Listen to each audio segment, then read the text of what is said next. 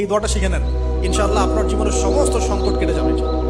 আমি নিজেও এই দোয়াটা বেশি বেশি করার চেষ্টা করি।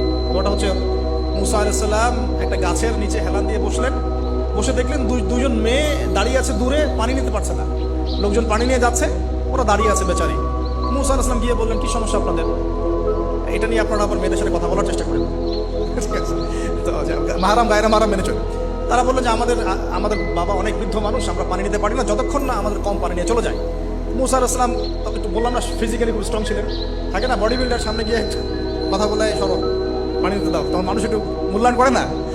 তো মুসা আলাইহিস সালাম এভাবে পানি নিয়ে দিলেন এবং বাছুরদেরকে পানি পান করালেন, করিয়ে গাছের নিচে এসে বসে আছেন। বসে বসে তিনি দোয়া করছেন, এই যে দোয়াটা তিনি দোয়া করছেন, রব্বি, একটা নেক কাজ করলেন, নেক কাজ করলেন না, মানুষের উপকার করলেন, নেক কাজ করে এসে গাছের নিচে বসে দোয়া করছেন, আল্লাহ এখানে তো আমার খাবার পানি বাসস্থান কিছুই নাই, আমি কি করব? রব্বি ইন্নি লিমা আনজালতা ইলাইয়া মিন খায়রিন ফাকির, রব্বি ইন্নি লিমা আনজালতা ইলাইয়া মিন খায়রিন ফাকির। আবার বলেন, রব্বি ইন্নি লিমা আনজালতা ইলাইয়া মিন খায়রিন ফাকির। অর্থ হচ্ছে, হে আল্লাহ, তুমি তোমার পক্ষ থেকে আমার উপরে যে নিয়ামতগুলো দিবে, আমি এর জন্য ফকির হয়ে বসে আছি। অর্থ বুঝে পড়বেন ভাই, নামাজ রোজা হজ জাকাত যাই করেন আল্লাহর রাস্তায় অর্থ বুঝে পড়বেন।